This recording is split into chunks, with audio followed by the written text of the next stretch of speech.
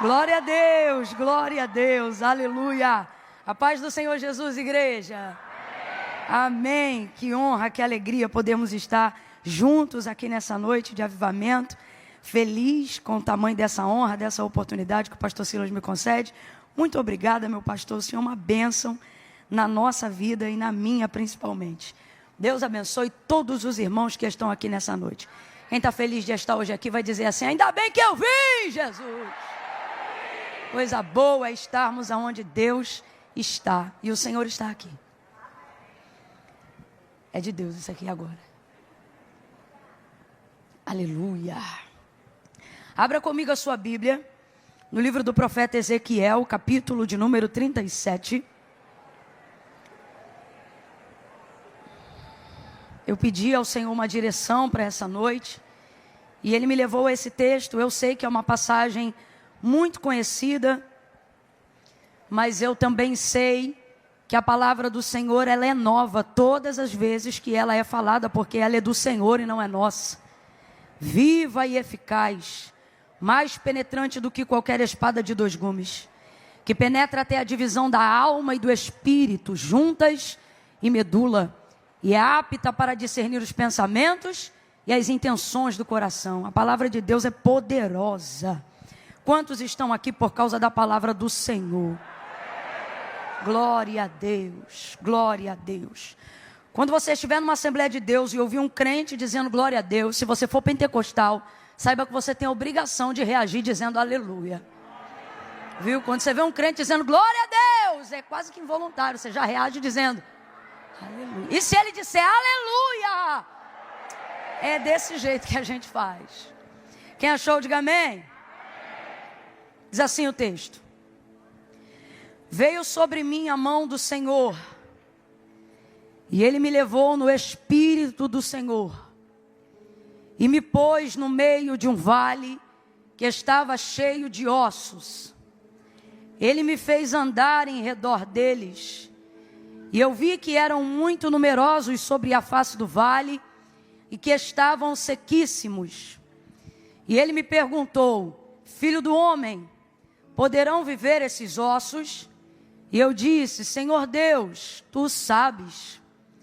Então Ele me disse assim: profetiza sobre estes ossos e diga-lhes assim: ossos secos, ouçam a palavra do Senhor. Assim diz o Senhor Deus a estes ossos: farei entrar em vós o Espírito e vivereis. Farei entrar em vós o Espírito e vivereis. Farei entrar em vós o Espírito. Completa aí para mim, por favor, gente. Farei entrar em vós o e vivereis. Porei nervos sobre vós. Farei crescer carne sobre vós. Sobre vós estenderei pele e porei em vós o Espírito e vivereis. Então sabereis que eu sou o Senhor. Portanto, profetizei como se me deu ordem. Enquanto eu profetizava, houve um ruído, um barulho, e os ossos se ajuntaram, cada osso a seu osso. Olhei e vieram nervos sobre eles, cresceu a carne. Estendeu-se a pele sobre eles, mas não havia neles espírito. Vamos lá, mas não havia neles? Não havia neles. Então Ele me disse assim: profetiza ao Espírito, profetiza, ó filho do homem, e dize ao Espírito: assim diz o Senhor Deus, vem dos 4 ventos, ó Espírito, e assopra sobre estes mortos para que vivam. Então profetizei como Ele me deu ordem, e então o Espírito entrou neles e eles viveram. Aleluia. E se puseram em pé um exército grande e numeroso, em outras versões, um exército grande e poderoso. E você diga amém por essa palavra. Graças a Deus. Eu estou com algumas informações na minha cabeça e eu vou te pedir paciência, porque o Espírito, ele é muito mais veloz do que a nossa capacidade humana não importando o tamanho da nossa capacidade humana. Tudo aquilo que o Espírito nos confia sempre vai se sobrepor à nossa habilidade, à nossa capacidade. E ele me deu algumas informações que me parece que eu não estava preparada fisicamente hoje o suficiente para isso, ou mentalmente hoje o suficiente para isso. Então eu vou devagar para tentar não errar, e você tente assimilar cada uma das coisas que vão ser ditas, porque às vezes, diante de um texto como esse, por a gente já ter lido, ouvido e falado sobre ele muitas vezes, a nossa mente já fica meio que formatada dentro do que pode ser dito. Então a gente acaba se fechando para uma coisa simples, porque acredita que só pode vir algo que vai ser interessante para a gente se for uma revelação que a gente ainda não ouviu.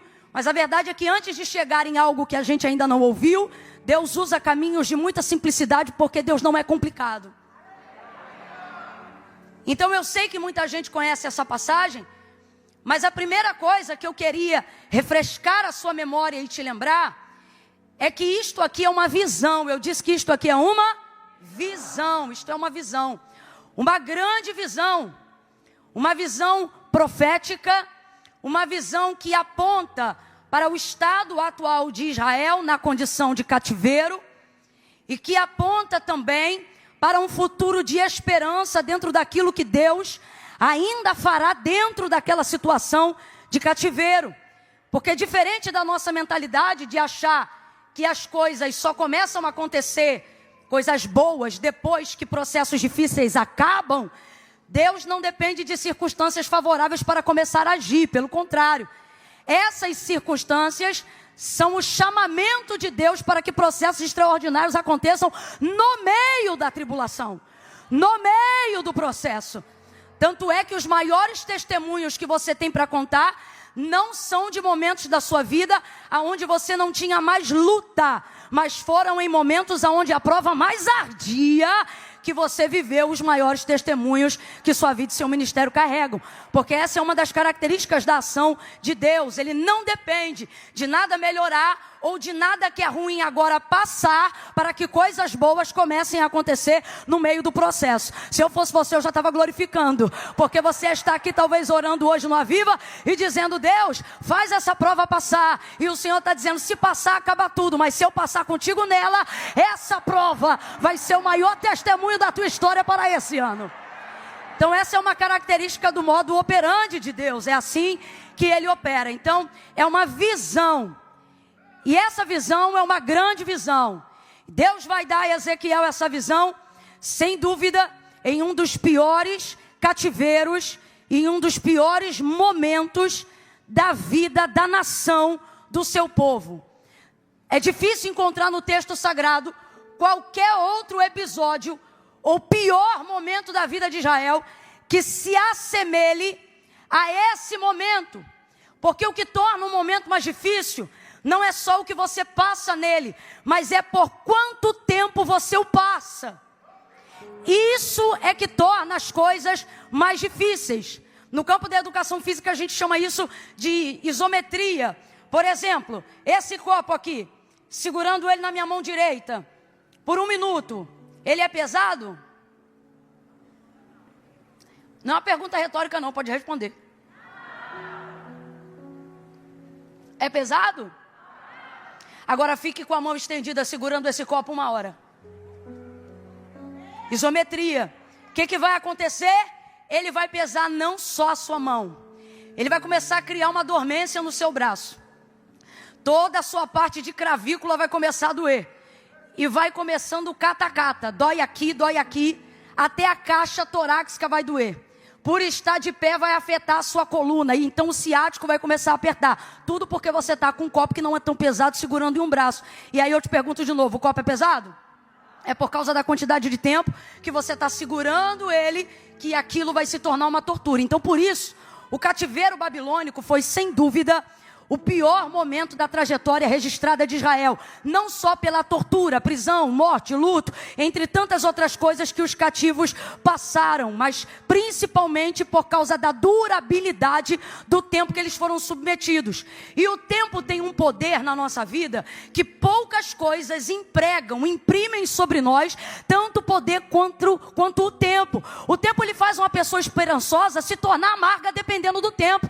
Salomão ele vai dizer que a esperança que se adia, ou seja, que passa muito tempo para realizar, ela faz adoecer o coração.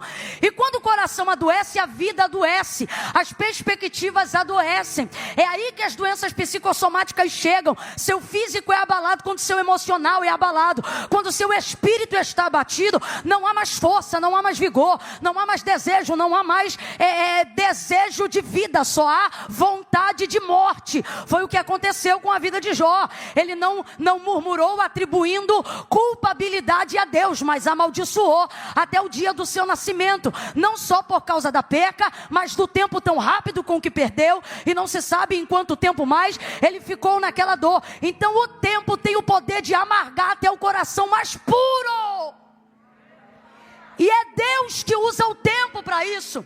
Quando o Senhor tira o povo do Egito e vai trafegar com este povo para entrar em Canaã, Deuteronômio capítulo 5, ele vai dizer: eu te coloquei nesse deserto para te humilhar, para saber o que se passava no teu coração.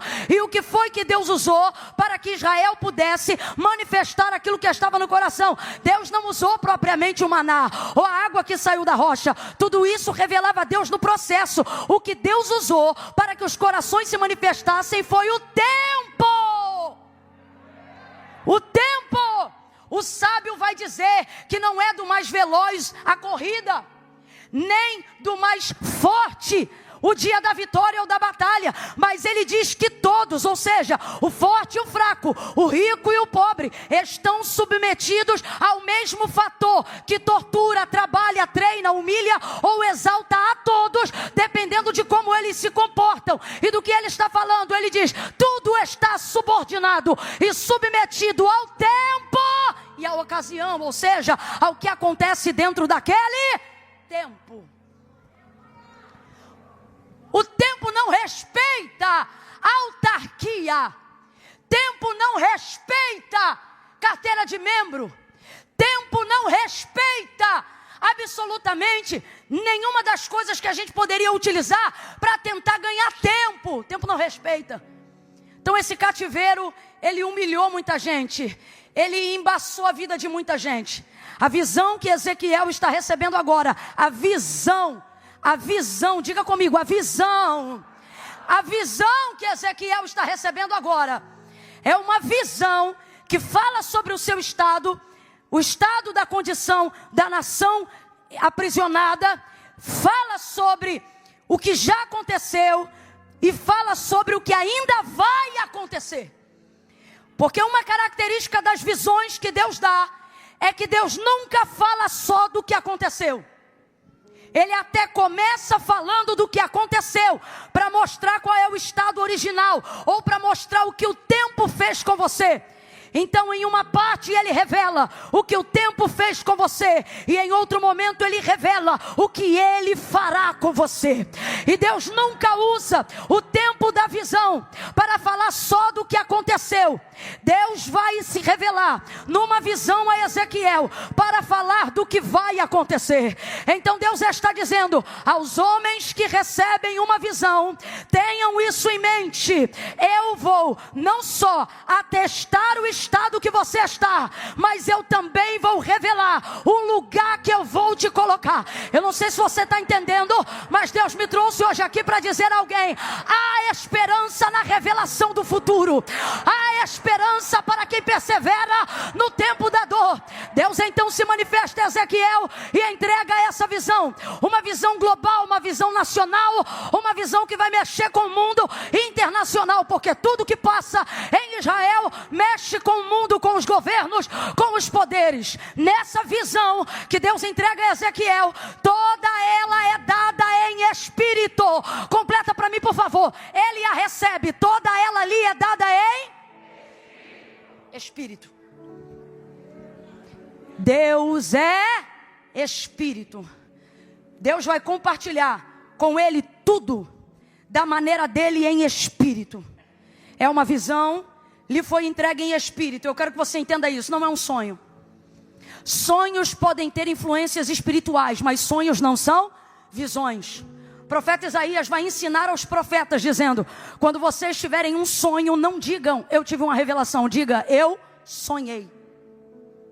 Tudo separado no seu devido lugar. A mulher de Pilatos, por exemplo, estava sob forte influência numa atmosfera espiritual daquilo que estava para acontecer com Jesus. Mas o Senhor não lhe entregou uma visão. Contudo, por causa da influência espiritual da crucificação de Cristo e por ele ser mantido por Pilatos, que era marido dela, a casa dela se conectou a uma atmosfera espiritual e ela teve um sonho, ao ponto que lhe perturbou a alma e lhe tirou a paz. Ela procura o marido dela e ela diz: não entres na questão deste justo, porque nessa noite eu muito padeci num sonho por causa dele. O texto não revela o que ela sonhou, mas o texto deixa claro uma revelação que era verdadeira. Enquanto o homem Cristo estava sendo acusado por crimes que nunca cometeu, mesmo sem ela ter relacionamento com ele, por divina revelação que estava sob influência de um sonho, ela vai dizer e afirmar que ele era justo. Mas eu quero que você entenda, não foi um sonho que Ezequiel teve, foi uma visão. Quando Deus quer falar com homens espirituais, Ele entrega a estes homens uma visão espiritual que vai apontar e vai estabelecer a maneira como nós devemos agir no físico, porque as visões são escassas. As visões vão se tornar completamente escassas nos dias do sacerdote Eli, quando ele tinha os seus filhos como administradores da casa de Deus, Ofni e Finéias. Quem ainda está comigo, diga amém.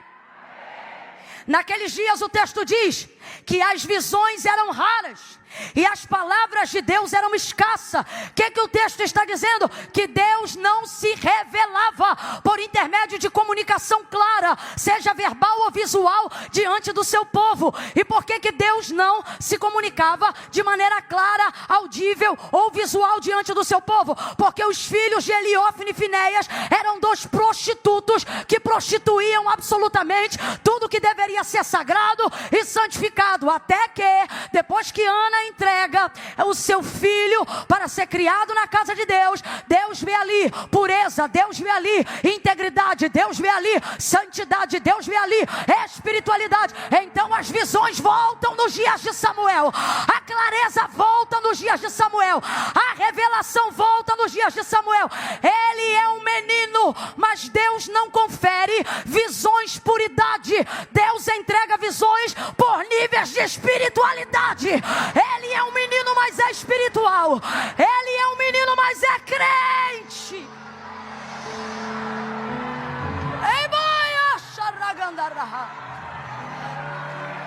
É menino, mas é puro. É menino, mas é santo. É menino, mas não se prostitui. É menino, mas não corrompe. É menino, mas não rouba oferta. É menino, mas não mete o dedo na caldeira. É menino, mas não adultera. É menino, mas não vacila. É menino e é santo. É menino e é puro. É menino e é íntegro. Deus vê lugar para revelação clara, para a visão que aponta para destino. Deus vê lugar para a plataforma segura, aonde Ele vê alguém com capacidade de manifestar entendimento espiritual. Agora, você vai ver que Samuel ainda não é nenhum teólogo formado. Na verdade, ele entende bem pouco dessas manifestações. Tanto é que por 3 vezes, quando a voz de Deus se manifesta, ele só entende que é Deus falando com ele na terceira. E porque Eli, que já um dia foi experimentado em visões e revelações, vai dizer para ele, quando você ouvir essa voz te chamando de novo, não vem aqui no meu quarto, diga para ela, fala que o teu servo... Tendo dito essas palavras, seguindo a orientação de quem sabe, mas não vive... Porque Jesus dizia acerca dos fariseus, e aí eu não me refiro a Eli, mas refiro-me a quem é muito bom de pregar sobre vida espiritual. a quem é muito bom de ensinar sobre o que a Bíblia diz. E acerca dos fariseus, Jesus dizia: quem fizer o que eles mandam vai ver Deus. Jesus disse isso. Quem ouvir as palavras deles verá a Deus. O que ele está dizendo? Porque o povo que acredita no que eles falam, mas mais do que acredita, pratica aquilo que eles falam, vai conhecer o Pai. Por quê? Porque eles não falam mentira, eles falam verdade. Tanto é que quando Jesus falou a primeira vez, e todos se maravilhavam de como ele era poderoso em palavras, não se maravilhavam porque ouviram novidade. Disseram: ele fala o que nós já sabemos, mas ele fala como quem tem autoridade. Oh, então ele dizia: quem ouviu o que eles falam vai ver a Deus. Agora, eles verão a Deus? Não, não verão, porque eles são bons no estudo. Desculpa a expressão, mas só para a gente entender. É gente que um dia teve uma experiência, mas achou que a espiritualidade ficou lá atrás.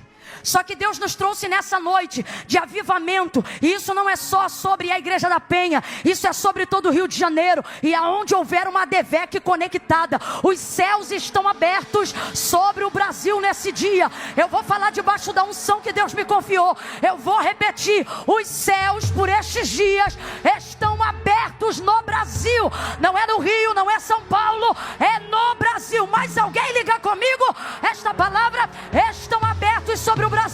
E a mensagem para hoje, pregada de diversas formas, ela tem uma temática. E qual é? Deus quer voltar a entregar visões claras, objetivas e extraordinárias, que apontam destino de nação, que apontam destino de reino.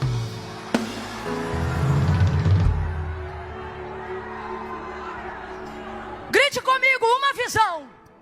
Você não gritou. Ai, Camila, que eu não sou muito de gritar. Veio no dia errado. Diga comigo: uma visão. Uma visão. Deus está dizendo: você não precisa de um exército, você precisa de uma visão.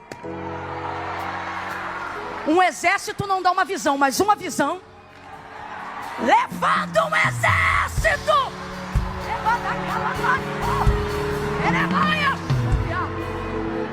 Agora, de onde vêm as visões que apontam o destino? De onde vêm as visões que mudam reinos? De onde vêm as visões que determinam quem desce que sobe? De onde vêm as visões que determinam o assentar das cadeiras? De onde vêm as instruções que mudam não só uma nação, mas um mundo inteiro? Vem de Deus. E o que eu vou falar bem rasgado, que é para todo mundo entender? Deus não vai falar com quem não é espiritual.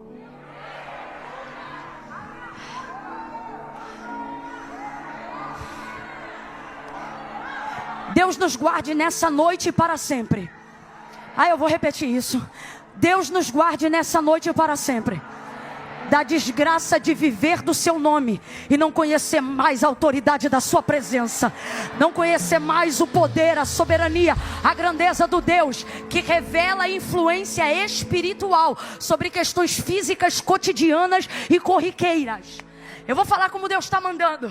Que se volte aqui nessa noite o tempo aonde você saía de casa cantando uma música e você pensava que era da sua cabeça. Quando você chegava, principalmente na época que a gente ainda cantava hino da harpa, quando você chegava: meu irmão, a harpa tem mais de 600 hinos. Aí você pensava: escolhi um, vem cantando ele. Quando chegava o culto, abria com a música que você cantou o dia inteiro. Aí alguém pensava: nada a ver, mas você sabia, né? Não, hoje eu estava ligadinho.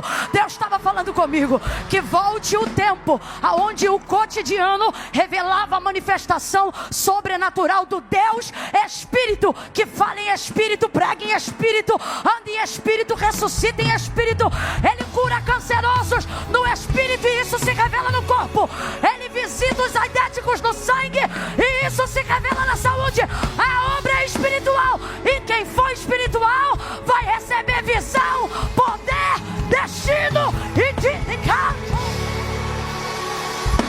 Deixe que riam dos espirituais. Deixe que riam de você que salta da cadeira.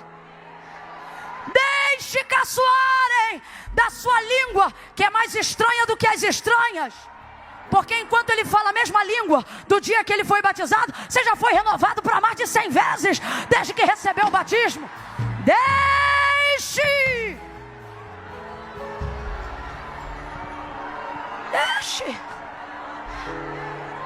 Volte a ser espiritual. Mas há um medo de ser espiritual. Por que que é um medo? Medo de perder o crédito. Medo de não saber mais o que é de você e o que é do Espírito. E isso já revela um erro muito grande. Porque não são vozes que se parecem. Eu fico triste quando eu vejo um crente que está ouvindo ou sentindo algo e ele diz assim: rapaz, eu estou sentindo ou ouvindo assim, mas eu não sei se é Deus ou o diabo. Como se a voz deles...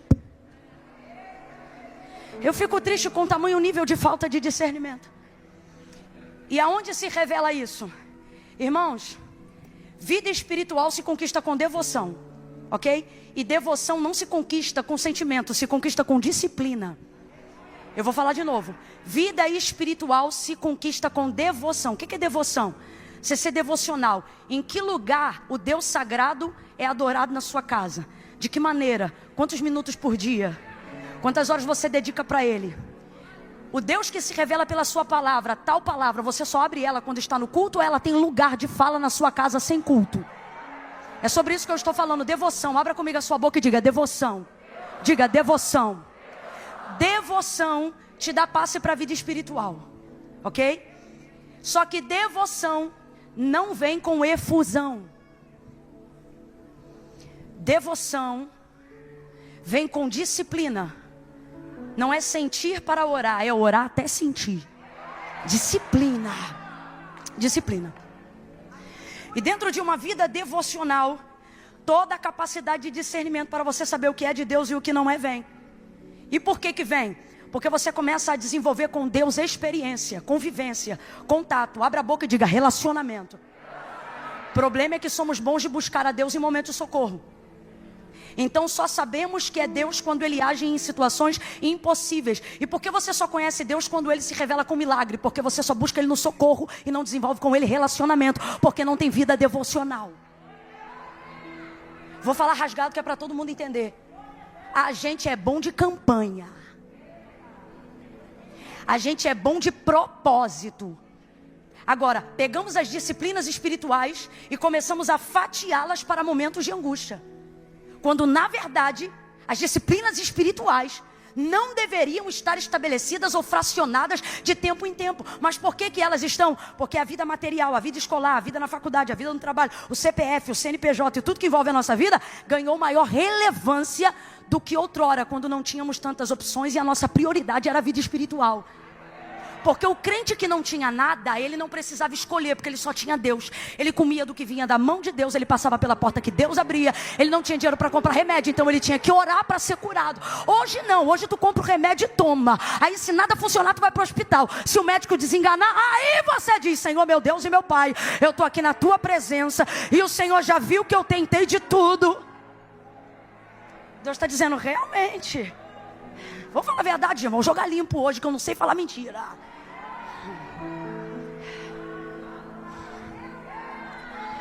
Antigamente, quando você dependia dele mandar o dinheiro para ter a compra do mês, quando você comprava que chegava, eu vivi isso com a minha mãe há muitos anos, ela não deixava a gente meter a mão na sacola do biscoito. Ela dizia: tira a mão, vamos orar.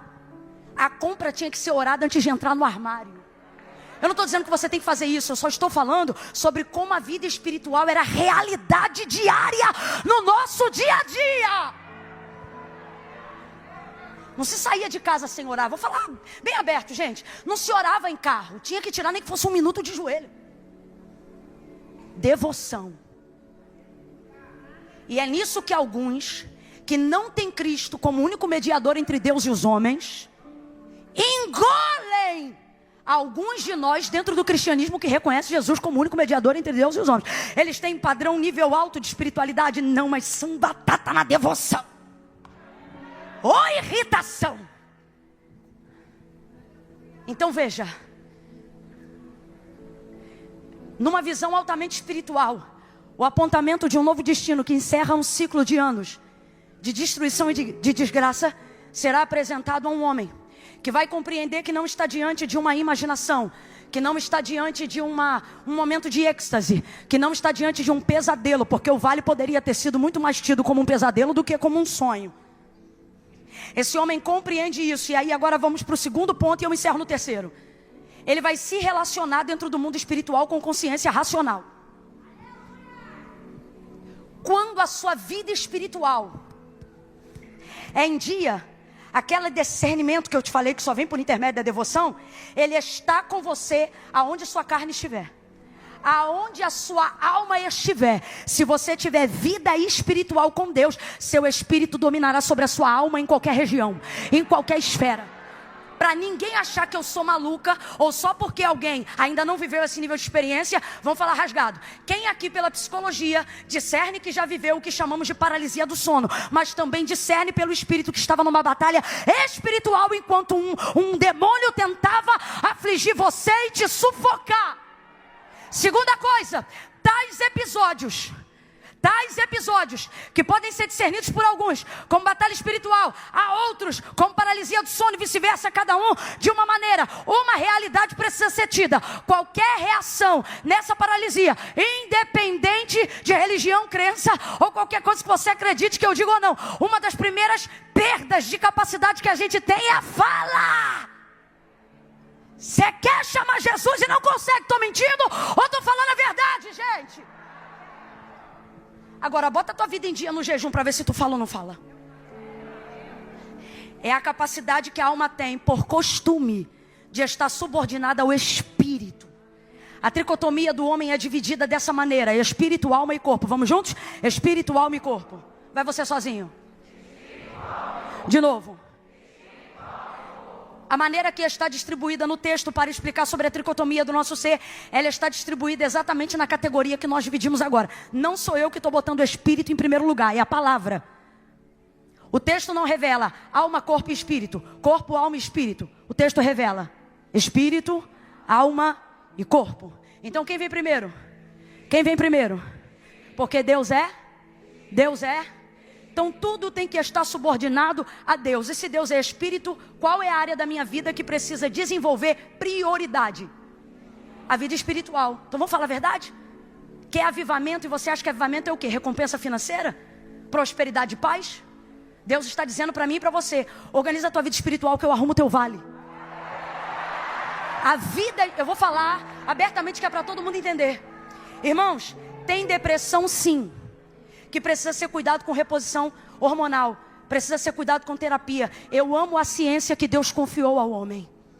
Eu amo a capacidade organizacional da psique humana por intermédio de alguém que entendeu os gatilhos da mente.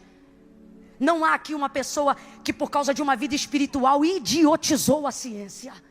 Eu acredito em cada uma delas, eu indico elas. Agora, tem gente que está tratando como depressão algo que nem a terapia vai resolver completamente. Por quê? Não é queda de hormônio, não é necessidade de substância, é vida espiritual desorganizada.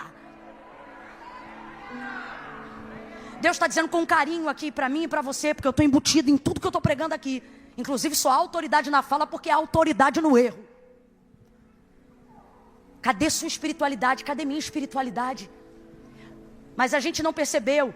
A agenda que a gente chama, que começou agora, alguém pensa dos anos 2000 para cá, essa agenda maligna e satânica, sutilmente, na verdade, ela está em nós, ou na nossa sociedade, muito antes da década de 90, no início dos anos 80, quando cada brasileiro, já independente de questão financeira, podia ter uma televisão na sua casa.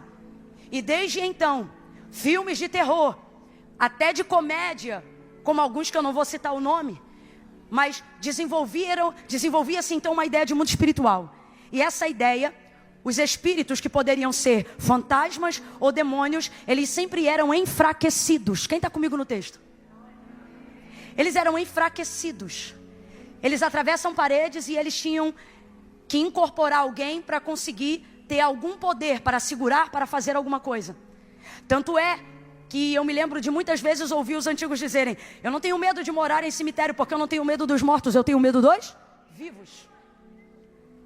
Desenvolvia-se a crença, um filme em especial, muito famoso, Ele ganhou muita projeção porque mostrou um lado lúdico e cômico do mundo espiritual, onde fantasmas, na verdade, não atormentavam, incorporavam ou aprisionavam vidas, mas faziam brincadeiras com elas. Atravessavam paredes e não seguravam nada. Talvez você pense, Camila, eu nunca fui influenciado por isso. A maior influência é a que você não percebe que recebe.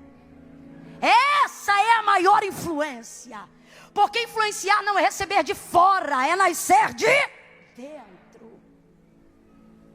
E com isso, de alguma forma, a gente é tentado a pensar que tudo aquilo que tem relevância espiritual não tem poder definitivo sobre a matéria. Então, como é que a gente começa a viver a nossa vida e o nosso dia a dia com Cristo? Você tem que organizar a sua vida, a sua conta, suas coisas, seu boleto, sua família, as crianças na escola, pagamento do carro, sua empresa, ter seu CPF limpo, ter seu CNPJ em dia, e você começa a trabalhar para isso e a viver para isso. Por quê?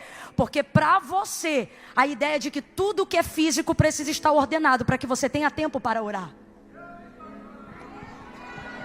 E por que que isso acontece? Porque aquilo que é espiritual já não é priorizado por nós há muito tempo.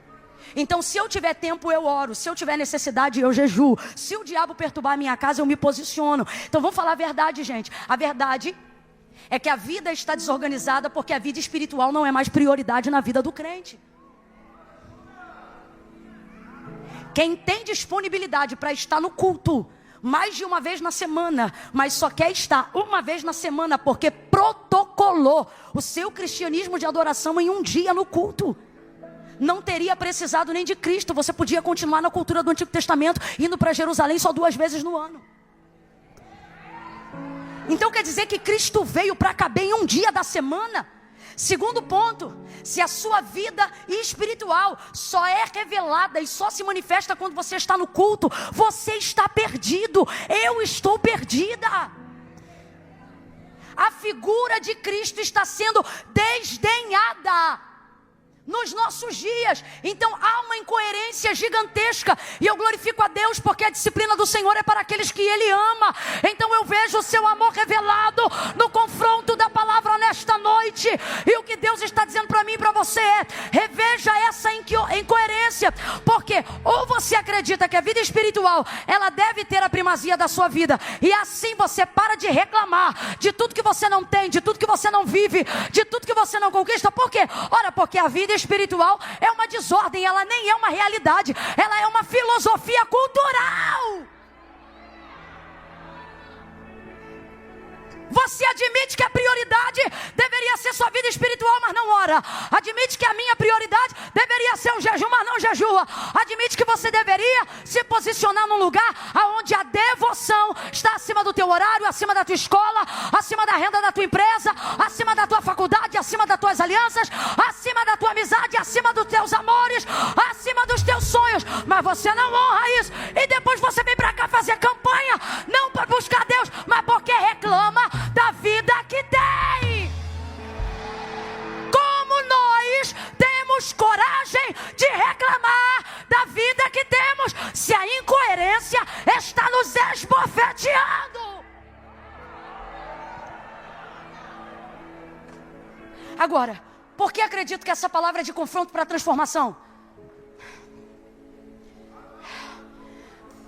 Porque acreditamos que tudo que vemos, temos e vivemos vem de Deus.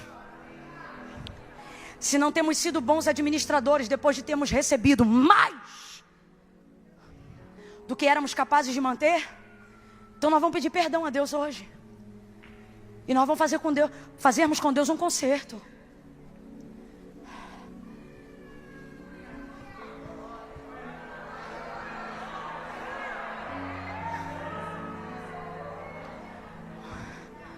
Ah, Camila, eu oro, Deus não fala comigo. Claro, você só fala com Deus quando você quer ouvi-lo. Você não tem devoção. Você não fala com Deus para adorá-lo. Depois quer que Deus te responda. Deus vai dar para ele a visão, coloca ele no meio do vale. Em algumas versões, ao meio da revista não corrigida e atualizada, ou corrigida e não atualizada, vai estar escrito assim: e me deixou lá. Eu particularmente gosto dessa versão porque não há incoerência nela. Há respaldo e abertura para essa tradução. Me tomou, me levou e me deixou lá. E por que eu digo que há respaldo para essa tradução? Terceiro e último ponto. Porque quando o Senhor entrega a visão e coloca Ezequiel no meio do vale, a capacidade racional dele se relaciona com a capacidade espiritual. A gente tem que parar de cometer esse equívoco de achar que por ser espiritual tem que deixar de ser racional, aí fica maluco. Ou que para ser racional tem que deixar de ser espiritual. Isso é a guerra do pecado, porque o diabo não quer que nós tenhamos relacionamento diário com Deus. Agora, Deus vai fazer perguntas e quem vai responder é a consciência de Ezequiel. Ele está numa visão que está em outra dimensão. Quem está acompanhando, diga amém. Só que Ezequiel, num mundo espiritual, responde numa dimensão de consciência racional. Ele não está dopado. Ele não está em estasia espiritual. A racionalidade que Paulo prega sobre o nosso culto está em Ezequiel na hora da revelação. E então ele pergunta: filho do homem, poderão viver esses ossos? Ele sabe que é uma visão, mas ele não se emociona. Aleluia. Jeová, pode? Não. Racionalidade dele, está vendo o vale? Sabe que não tem poder sobre o vale, mas sabe que Deus tem poder sobre qualquer coisa. Então ele vai responder de acordo com a sua racionalidade. Mas ele está num ambiente espiritual. Vamos lá? Ele está num ambiente espiritual. O que eu estou dizendo para você? O que Deus está dizendo para mim? Quanto mais você busca, você não fica mais louco, você fica mais são. Mas que caia por terra todo o sofisma do inferno. Que quem tiver vida espiritual ativa vai ficar maluco, vai ficar internado. Tua língua estranha não vai te deixar maluco nem internado. O próximo passo será interpretação. O próximo passo será dom de discernimento. Oh, tem alguém aí para receber? Tem alguém aí?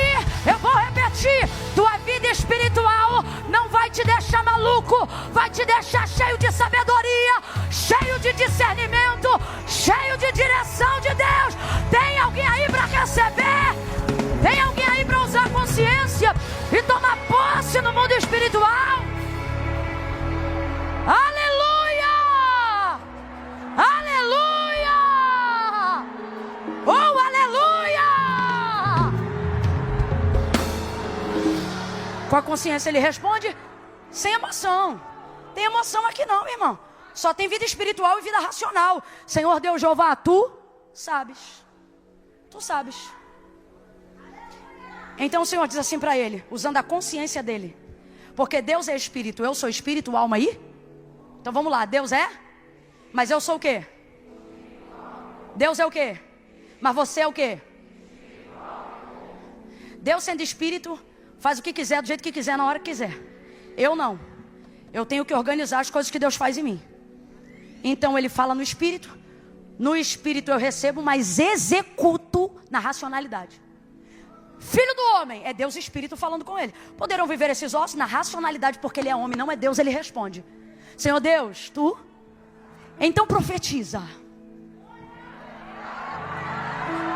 A impressão que a gente tem, por causa da emoção, e de achar que espiritualidade tem mais a ver com emoção, só que espiritualidade tem mais a ver com racionalidade do que você imagina. Ai, olha que forte. Deus disse profetiza e ele começou a profetizar. Oh, mano, você leu comigo. Calado ele estava, calado ele ficou. Por quê? Porque eu não vou profetizar segundo uma palavra que eu estou imaginando. Até porque a realidade na visão desse vale é desordenada, é horrível. Eu não vejo em mim capacidade e habilidade para desenvolver nada nesse vale. Então ele disse, profetiza, mas ele estava esperando o que Deus ia mandar ele profetizar. Então guarde isso. Quer ter uma vida espiritual profética ativa? Não profetize o que você sente. Só abra a boca quando Deus te entregar a palavra. Profeta de verdade não inventa nada. Profeta de verdade, ele desenvolve a capacidade de repetir o que a palavra já disse. Aprende a liberar a palavra. Aprende a falar o que Deus já disse. Aprende a... Meu Deus, estou sentindo uma graça de Deus tão grande aqui. Bota a mão no ombro do vizinho, vai, mexe com ele. Bota a mão no ombro da vizinha, vai. Vai. Camila, ele não está com cara boa não. Mostra para ele que profeta não tem medo de cara. Bota a mão no ombro dele e diz assim, repete. Fala, repete tudo que Deus já te disse. Se ele disse eu vou salvar o teu marido, tu vai andar pela casa dizendo, Deus vai salvar o meu marido. Deus vai salvar meu marido. querido, se ele já disse, eu vou fazer do traficante um evangelista, anda pela casa dizendo, o meu filho não é traficante, ele é um evangelista. Abra a tua boca e profetize. Abra a tua boca e libere a palavra que Deus já te entregou.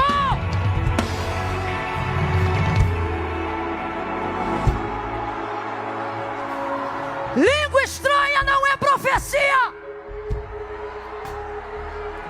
Movimento espiritual não desenvolve poder de transformação. A única coisa que transforma é a palavra. Tanto é que mover não traz palavra, mas palavra traz mover. O Espírito de Deus se movia sobre a face das águas, ok. E enquanto ele se movia, Gênesis 1, o que ele criava? Nada. O Espírito de Deus se movia sobre a face das águas. E enquanto ele se movia, houve luz? Sol? Lua? Terra? Versículo 2. Então Deus disse. Grita para alguém e diz, palavra. Palavra. Se tiver palavra, vai ter exército no vale. Se tiver palavra, vai ter destino. Se tiver coragem de repetir o que Deus falou, Deus está dizendo, a coragem é do profeta, mas a palavra é minha, e eu velo para cumprir a minha palavra. Então nessa noite, Deus não está perguntando para mim se eu tenho palavra, Ele está perguntando para mim se eu tenho coragem. Ele não está perguntando para você se você tem palavra, porque a palavra não é tua, a palavra é. Ele quer saber se você tem coragem. Coragem de quê? De botar na tua boca o que o teu ouvido ouviu. Vamos falar a verdade? Ninguém aqui tem dificuldade de crer que Deus faz. O problema é repetir o que Ele falou. Quem é Ezequiel? Por que ele é profeta? Porque ele fala em línguas? Não, o batismo nem desceu ainda. Ele só fala hebraico mesmo e mais nada. Talvez o idioma dos caldeus, enfim. Por que você não tem coragem de profetizar? Porque você quer ter certeza se Deus já falou. E Deus está dizendo, está na hora de você aprender a discernir minha voz. Eu não falo na tua língua, eu falo no teu ouvido. Tua língua é que tem que ser obediente e corajosa para repetir o que eu falei. Ele não profetiza e Deus começa a falar, porque Deus ensina para ele o que ele tem que profetizar, falar. Então primeiro ele ouve, depois ele... gente, isso é milenar. Para falar primeiro tem que... Então primeiro ele ouve, depois ele... Depois que ele ouve, ele tem capacidade de reproduzir com fidelidade o que Deus falou, mesmo sendo totalmente contrário à realidade. Vou falar do jeito que Deus está mandando. O problema não é que você não tem unção, o problema é que você não tem coragem. Hoje mesmo eu postei um vídeo no meu feed, e o que eu dizia é o seguinte, às vezes não falta coragem, falta clareza. Porque quando você tem certeza, você não tem medo de falar. Mas por que não está tendo certeza? Porque não tem o raio da vida espiritual ativa. Só que Deus está dizendo, tu vai ativar. E quando eu falar, tu vai ter coragem de abrir a boca e declarar tudo o que eu te mandar dizer. Deus então fala, ele ouve e com coragem declara. Quando ele declara, a primeira coisa que Deus diz para ele é o seguinte, eu vou botar o espírito e vivereis. Mas é a primeira coisa que Deus bota? Não, primeiro Deus bota carne, depois ele bota nervo, depois ele estende sobre os corpos ou os esqueletos pele. Qual é a última coisa que ele bota? Qual é a última coisa que ele bota? Mas ele diz que só vai viver depois que entrar neles Mas eles só vão viver depois que entrar neles Essa é a última coisa. Mas quando Deus manda Ezequiel profetizar, manda ele profetizar de trás para frente. Carne, nervos, pele. Aí músculos, tendões, está tudo no meio. Qual é a última? Espírito. A visão do vale fica pior à medida que ele profetiza, porque pior do que ver esqueleto é ver corpo. Você fica mais assustado com uma ossada ou com um cadáver? Esquece, eu não quero ver não. E agora é que o Espírito vai tornar eles de defuntos para soldados. Não, gente. Vai passar de morto para soldado. Vai passar de morto para valente. Talvez tenha alguém do teu lado que você diz, Camila, parece até morto. Antes do avivo acabar, vai sair daqui marchando. Eita glória! A palavra de Deus tem esse poder.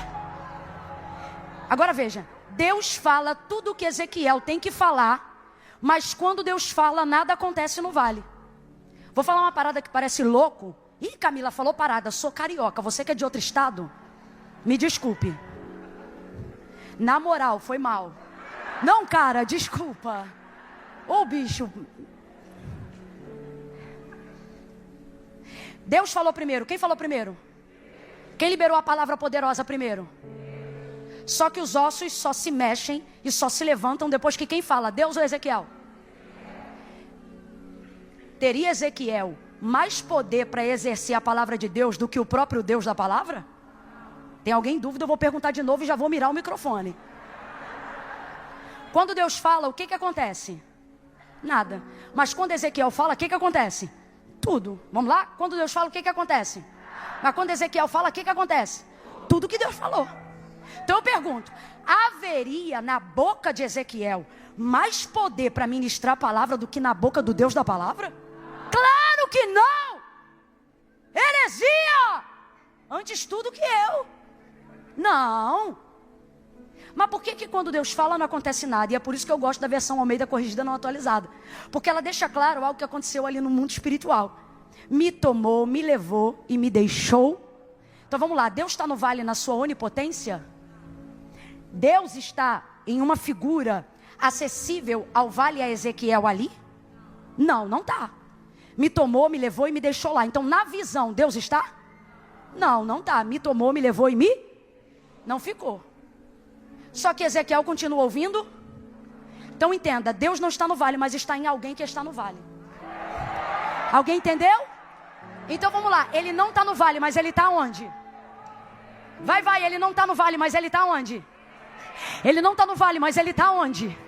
Ele não está no vale, mas ele está onde? Ele está com o profeta. Ele está em quem repete a palavra. Às vezes você olha para o vale e você diz, Deus, resolve isso.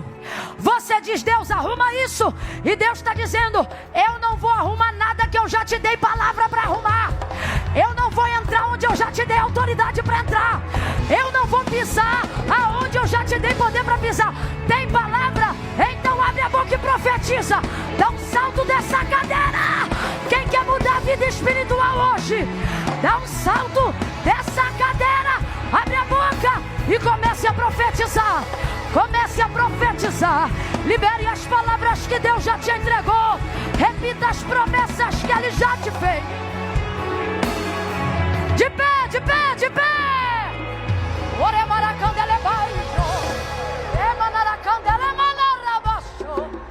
Vento dos quatro cantos, ou sopro dos quatro ventos. Sopra, sopra, sopra, sopra, sopra, sopra na Devec, na Penha nessa noite. Vento do Espírito. Estende, estende, estende. Estende sobre a pregadora. Estende sobre a igreja. Músculos, tendões, vida física que se subordina à vida espiritual. Estende. Ele levantou. O exército se levantou. Ele profetizou. E aonde só havia corpo, aonde só havia cadáver, você conhece. Levantou-se de cadáver a soldado. Antes do ano de 2024 terminar, alguém vai perguntar: o que aconteceu com aquela depressão? Você vai dizer: rapaz, eu fui de cadáver a soldado em um mês. E qual foi o remédio que você tomou?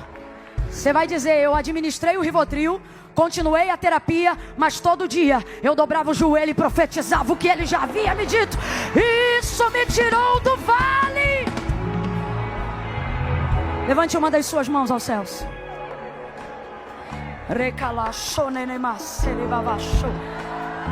Deus, nós estamos em conferência. E a conferência revela o nosso clamor. Aviva, aviva, aviva, aviva. Começa em nós. Começa tocando no corpo. Começa, Senhor, ajudando a vida emocional. Começa organizando as prateleiras do pensamento. Começa ajudando a quem já está buscando recurso humano. Começa a organizar os nervos, os tendões. Repreende o espírito da enfermidade. Repreende as doenças psicossomáticas. Senhor, nós te apresentamos agora ansiedade, crise de ansiedade, síndrome do pânico, síndrome do pensamento acelerado, crise financeira. Deus, eu te apresento tudo aquilo que tipifica o vale, aquilo que nos desorienta, aquilo que nos assusta. Nós te apresentamos o Brasil, te apresentamos, Senhor, todo o quadro político da nossa nação, mas estamos aqui crendo que há céus abertos sobre o Brasil, enquanto nós clamamos: aviva! Aviva! Os profetas clamam: aviva! Aviva! Aviva a tua obra e começa em nós. Não começa no Planalto, não começa no Senado, começa nos profetas. Começa no pastor Silas, que amanhã vai estar falando. Começa nele, usa ele, enche ele do teu espírito, o espírito que cala a mentira, que cala a acusação, que desconcerta a mentira. Usa o teu filho com autoridade no espírito, com sabedoria. Mostra que ainda há profeta no Brasil. Como igreja nós oramos.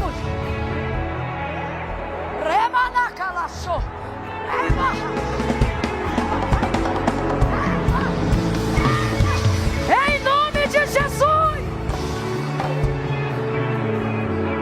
Teu nome. Como Ezequiel falava em teu nome, nos dá poder, virtude, vida espiritual, saúde emocional subordinada aos princípios da tua palavra, para que tenhamos autoridade para usar o poder da tua palavra. Essa é a nossa oração, em nome de Jesus. Vou te dar 1 minuto para você fazer um concerto com Deus agora. Que concerto, Camila? É com crente mesmo que eu estou falando. Fala para Deus, se você tem sido negligente, fala para Deus: Senhor, é verdade, isso tudo aí é verdade. Eu mudei muito, eu negligenciei muito. Mas nessa noite, eu quero me consertar contigo. E não vou me consertar amanhã não, eu quero começar a me consertar agora. Voltar a orar de madrugada. Voltar a orar antes de botar o garfo na boca. Voltar a dobrar o joelho antes de sair de casa. Eu quero voltar. Eu quero voltar. Deus está dizendo aqui para nós: se você voltar, eu volto. Se você voltar, as visões voltam. Se você voltar, a clareza volta. Se você voltar, mortos virarão soldados. Volta, volta, volta, volta, em nome de Jesus. Posso ouvir um amém? Posso ouvir